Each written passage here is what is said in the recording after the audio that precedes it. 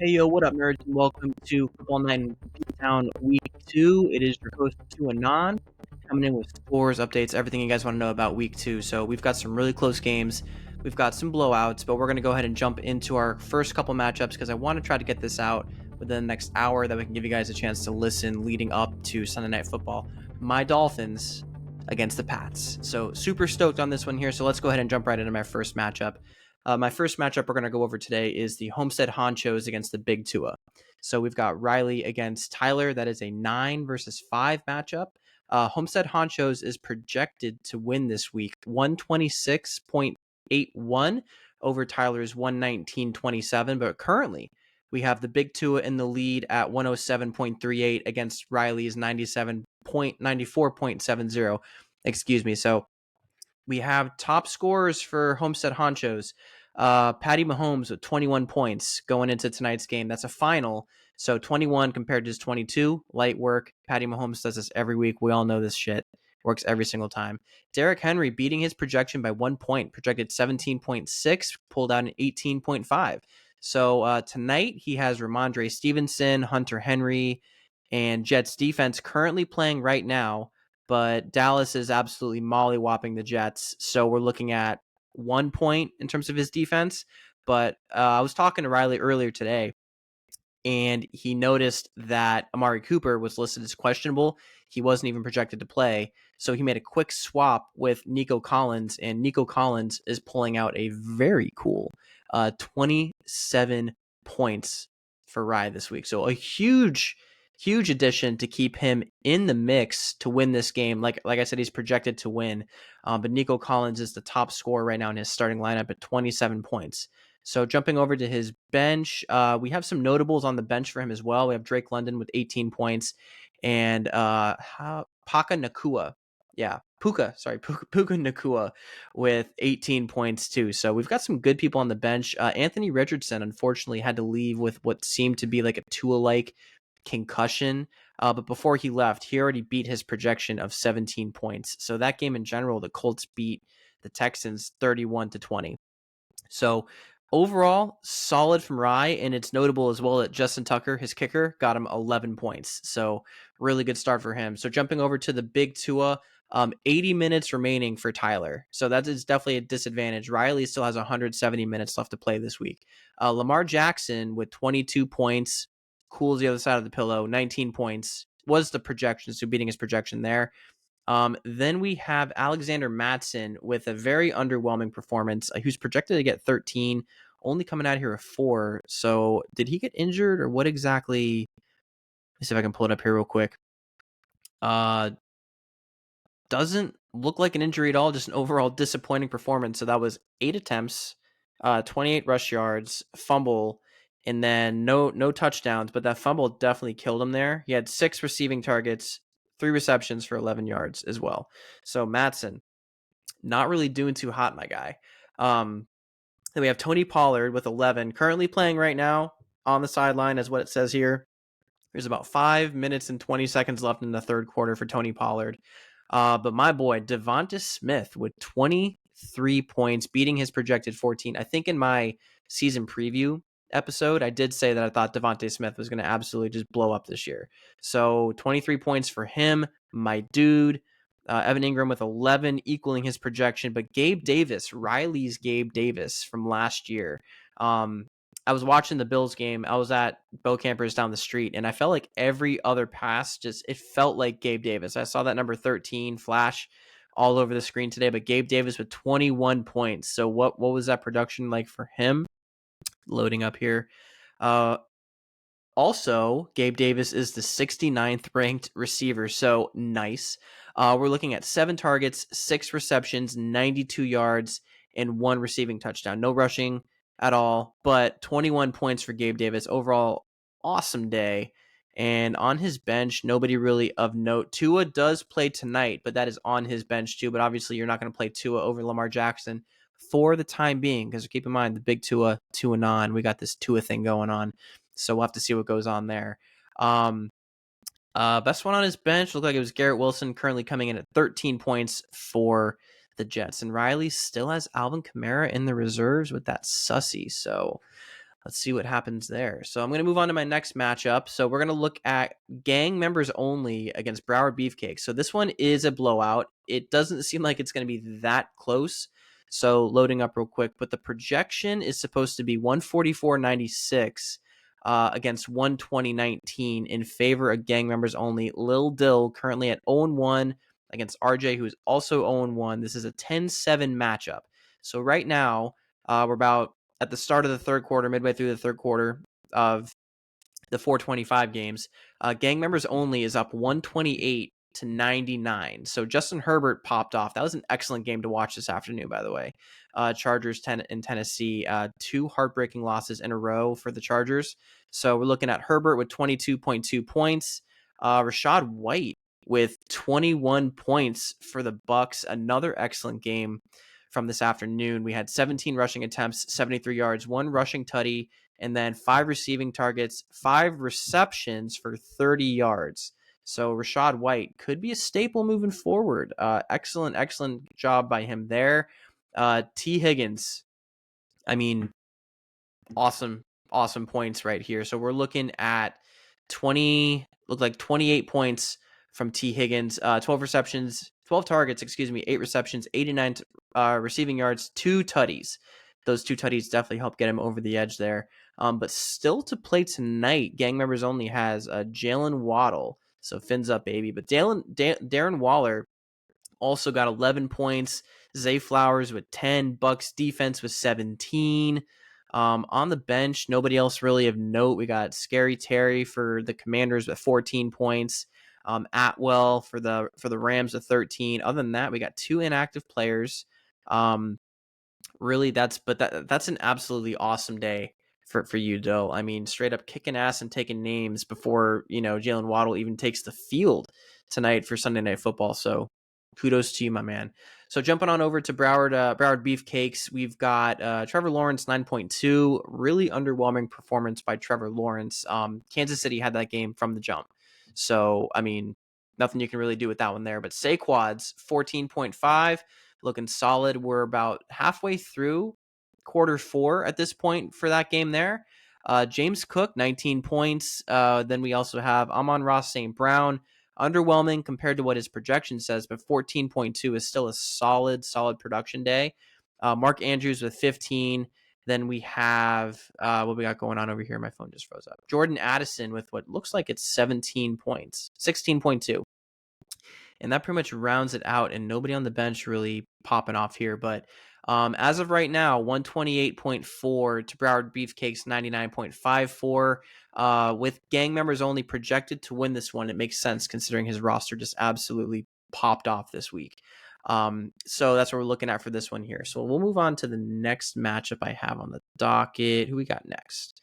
This is a 1-4 matchup. We've got Better Call Big Al against the Portland Peepees, and this one is a close one, and this one's projected to wind up very close as well. So 1 versus 4, Portland PPs and Better Call Big Al. Better Call Big Al has 89 minutes remaining on his roster. Portland PPs with 60, both 1-0 teams. Right now, at this moment, we're looking at Portland PPs currently winning 121.94 over Better Call Big Al's 117.58, but it ain't supposed to stay that way. NFL, like the app projections, say 144.6 in favor of Big Al compared to Portland PP's 139.37. So Joe Burrow now has a Q tag next to his name after that game, starting out with Better Call Big Al's team. Something's got to give with the Bengals and Joe Burrow. I mean, he doesn't seem like himself. He might still be hungover from signing that huge contract. I mean, I have no idea. But Joe Burrow only getting 15 points this week compared to 20.6. I mean, that's just completely out of the norm. We all know Joe Burrow is Joe fucking Burrow. So I'm expecting him not to continue on this trend. But we'll have to see what happens, as always, right? Joe Mixon with 13.5, underwhelming compared to his projection of 17. Kenny Walker with 18 points, beating the projections of 13.56. Devontae Adams with the cool 20 points. Tyreek Hill still to play tonight. So I'm expecting big things from Tua, expecting big things from Tyreek Hill. It's just like I love the fact that the Dolphins are in prime time, but I feel like I've just been sitting here like waiting around all day, and like the 8 o'clock time on a Sunday, just no, quit it, But Tyreek Hill still to play. Then we have George Kittle with what seemed to be about 6 points, but Tyler Lockett with 25 points compared to his projected number of 11. So the Seahawks overall just had an awesome game. I mean, anytime the Seahawks and the Lions get together, like just chalk it up to there being points all across the board. So Tyler Lockett had 10 targets, 8 receptions, 59 yards, but the big number here, he had 2 receiving tutties, helping him get to that number there. So, I mean, overall, just awesome day from him, really helping you get to where you want to be. So Cowboys defense with 8, definitely not the same number as last week as 30. But the bench, no one really popped off on the bench from this afternoon. So a couple guys playing on Monday night on the bench, but either way. All right, so moving over to the Portland PPs. We have Justin Fields, who the Bears suck. Justin Fields also sucks. I think I said this in the preview show. I know you have Daniel Jones, and I think I said Daniel Jones is your sleeper. The Giants are not good, but at this moment, Justin Fields has 14 points compared to his projected 18, and then Daniel Jones on your bench with 17 points. So opportunity cost, maybe. I don't know, ball. I'm just kind of talking out my ass right now, but he's got Nick Chubb playing on Monday night, so that'll be a huge help. Then we have Jahmyr Gibbs on the Frisky Lions. Tough loss for them today, but 12 points compared to his projected 5.69. Nice. Mike Evans had an awesome day for the Bucs. Just overall beat down in Chicago. The Bucs won that one 27-17. I mean, just like Chicago sucks. Those orange jerseys, orange helmets, like everything about it, just disgusting. But Mike Evans had 29 points. Stephon Diggs with 13. Tyler Hawkinson with 25. Again, just Thursday night was a barn burner. Awesome performance by him and the Vikings, even though my birds got the dub. Jalen Hurts is good. Remember that. So then also my Young Ho coming in clutch for the Falcons. 13 points. Love Young Hoku. Compared to his projected 7. Bengals defense at 6. But DeAndre Swift on your bench with 27 points. Missed opportunity there. And then Christian Kirk as well. 21 points compared to his 11 on the bench. So that wraps up Better Call Big Al against the Portland PPs. That's a 1-4. But Better Call Big Al projected to win this one, 144 compared to Portland PP's 139. So it's going to come down to the very end. And this game is definitely going to be a fun one to watch. And point projections matter. And, we'll have to see what happens moving forward because that's going to shake up the standings moving into week 3. All right. So next match up, if my app wants to work, we have Sir Lambington III. So Joe against Blay, Fuddruckers V6. Let's go ahead and open this one up here. All right. So this is a 3 versus 6. Sir Lambington, 3rd place, Fuddruckers V6 in 6th place. And this game is projected to come down to literally the same exact score for the most part. Puerto Rican pubic hair is what's separating these guys, apparently. So as of right now, Fuddruckers V6 has 97.76 points, beating Sir Lambington 90.80. But important to note that Fuddruckers V6 has 143 minutes left, Sir Lambington with 109. And the projected final score of this game in favor of Sir Lambington III, 120.96 to Fuddruckers V6, 120.86. And that projection actually just changed. So literally as I'm on here, Fuddruckers V6 is now projected to beat Sir Lambington III. I've never had that happen before recording this show. So we're here. Fuddruckers V6 now projected 120.86 over Sir Lambington's 120.71. So let's go ahead and jump into the matchup. Joe has Deshaun Watson playing on Monday night. That's going to be a huge one. So this matchup is going to come down to Monday night for sure. Christian McCaffrey, 20.7 points, currently playing right now, 10 minutes to go in the 4th quarter. Amazing day so far. I mean, he's a workhorse. Hurt a little bit last year, but week in, week out, when he's healthy, he's the dude. So 20.7 points. Travis Etienne was 6.2, got a Q tag under his name. Watch out for that one moving into next week. DK Metcalf with 13.5. But CeeDee Lamb, Sir Lambington III, looking at 22.2 points right now. And the game has a whole quarter left to go. So those numbers definitely are going to get even higher. Dallas go dirt with 8.20 under his projected 8.66. That game finished on Thursday night. Eagles against Vikes. D-Hop with 8 points under his projected 12.84. Then that pretty much rounds out everything of note on the bench. Let's see here. Jaden Reed. I mean, who would have seen this one coming? But I mean, 19 points compared to his projected 11.43. So nothing really of note there, but I love how close this game is going to be. So it's going to come down to Monday night for sure. All right, moving over to Blake's team, Fuddruckers V6. We have Josh Allen pretty much getting his exact projection. He scored 23.66 this week over his projected 23.24. So Josh Allen, a little bit of a turnover machine. I think he had one today. Let me pull up the stats real quick. He did not throw an interception today, but he was sacked twice. So 3 passing touchdowns, 31 of 37, 274 yards. He had 7 rush yards overall, but sacked twice.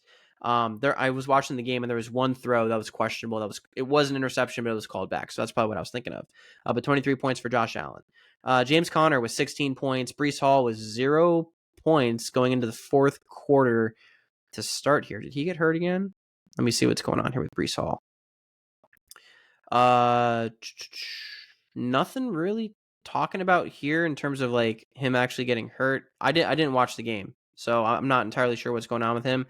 4 attempts, 9 yards. That's all it comes down to. So we'll check in on that later, but he has 0.9 points. We have Bourne playing tonight in Sunday Night Football on the Pats, but Justin Jefferson with 24.9 points, beating his projected 18. Solid. Week in, week out, solid.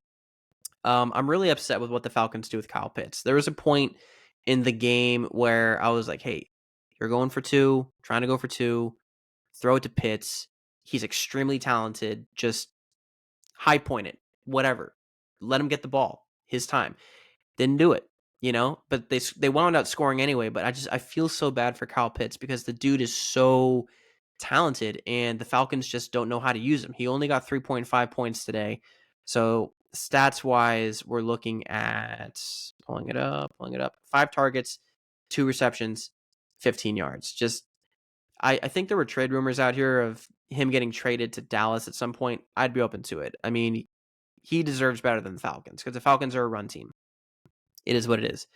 Okay, then moving on, we have Zach Moss on the Colts with what seems to be 20.7 points, beating his projection of 12.59. Kick-ass day from him. And then on the bench, Dalvin Cook had negative points today. But Kyron Williams on the bench, 25 points, 25.8. Still to play, 7 minutes left, currently in the red zone. So of note there. But this game's going to come down to the very end. I'm going to be paying attention to this going into tomorrow night. It's going to be a fun one for sure. So again, the projection just changed for this game. Sir Lamington III projected to win now 122 over Fuddruckers 120. So these teams are evenly matched, y'all. It's going to be a fun game going into Monday night. So keep your eyes on that one there. All right. And the last game, I believe, is my game. So let me go ahead and pull that up. Yep, this is one I haven't gone through yet. We have Tuanon against Bijan Dressings. This is an 8-2 matchup. And currently, we are looking at me kicking ass at 126.12 compared to Viscusi's 8.82. I'm projected to win this matchup 134.6 to 100. I have 67 minutes left. I just got, who do I have playing? I got Deebo Samuel right now, which I'll go over his points in a minute, but I just have my kicker, Jason Sanders, playing tonight. So nothing too crazy. But for the other team, we got Miles Sanders playing Monday night. So let's go ahead and jump into the stats. So Jalen Hurts is good, y'all. Remember that. 25 points from Jalen Hurts. Started me off on a hot note on Thursday night. I got to do something with my running backs here. If anybody is open to some receivers, because my bench receivers are solid, Dameon Pierce, 5 points. Underwhelming performance compared to his projected 12.49. And then Isaiah Pacheco, close but no cigar. I mean, 8 points. Awesome game. Chiefs, Jags, but 8 points for him compared to 11.34 of what he's supposed to get. But my big score from this week so far, we're looking at Keenan Allen, my dude. Every time I looked up in that game today, I thought I saw him with the ball. He has 31 points. Game's over, has 31 points locked in, beating his projected 17.43. So that's 10 targets, 8 receptions, 111 receiving yards, 2 receiving tutties for my dog, Keenan Allen. So let me move on over here. Michael Pittman with 13 points. Solid day from him. Travis Kelce finally got back in on the action. Didn't meet his projections, but he did score a touchdown today. I did see that on the screen. Giving me 12.6. Definitely a nice boost. But Deebo Samuel, 21 points. 7 minutes left to go in the fourth quarter. 21.10 points. And let's see what he has going on here. Hopefully this is a return to form for him. 7 receptions, 7 targets, 6 receptions, 67 yards, 1 receiving touchdown, and 24 rush yards overall for my dog, Deebo Samuel. Thank God. Okay. Jason Sanders playing tonight. Eagles D got me 9 on Thursday. Okay, so just trying to hype up my bench wide receivers a little bit. Tyler Boyd with 11.2 points. Solid potential flex option for anybody out there who wants him. Hollywood Brown, solid last year. Solid again this year. 17 points right now. And we're looking at 7 minutes to go in that game. Zay Jones didn't do shit today. I'm very confused as to what's going on with Zay Jones. 0 points for him. But Mike Williams, honestly my biggest trade bait. Who knows? Mike Williams on the Chargers, 16.6 points, consistently in every single week. That's the Chargers number 2. Y'all keep that in mind. So yeah, my wide receivers on the bench did a little bit of work. But enough about my team. Let's go ahead and move over to Bijan dressing. So Geno Smith still ain't wrote back. Neither did the Seahawks. We're looking at a Seahawks loss. It was a win, my bad. 37-31 over Detroit. But Geno Smith with 23 points compared to his projected 18.68. Miles Sanders is going to be playing on Monday night. Bijan Robinson with 21 points, the namesake of the team. Let's go ahead and check out his stats so far for today, or the finalized stats. He's only starting in 83% of the leagues, but we're looking at 19 attempts, 124 rush yards. Receiving, he had 4 receptions for 48 yards. So kind of an all-purpose guy, and I picked up Tyler Algier on the waiver wire just because I thought he might have been more of a red zone thing for them, but Tyler Algier only got me 4 points. Either way, enough about my team. So Bijan Robinson with 21. Calvin Ridley, I think it looked like he might have jammed his fingers at some point during the game. Only had 5 points compared to 16. AJ Brown, this is kind of shocking. Jalen Hurts is number 1 target, only 6 points compared to his 15. But also playing Monday night for him is Pat Freiermuth. We got DJ Moore on the Bears. We have a nice little score of 16 points compared to his projected 11. And then no one else really of note. Kirk Cousins got 28 points on the bench.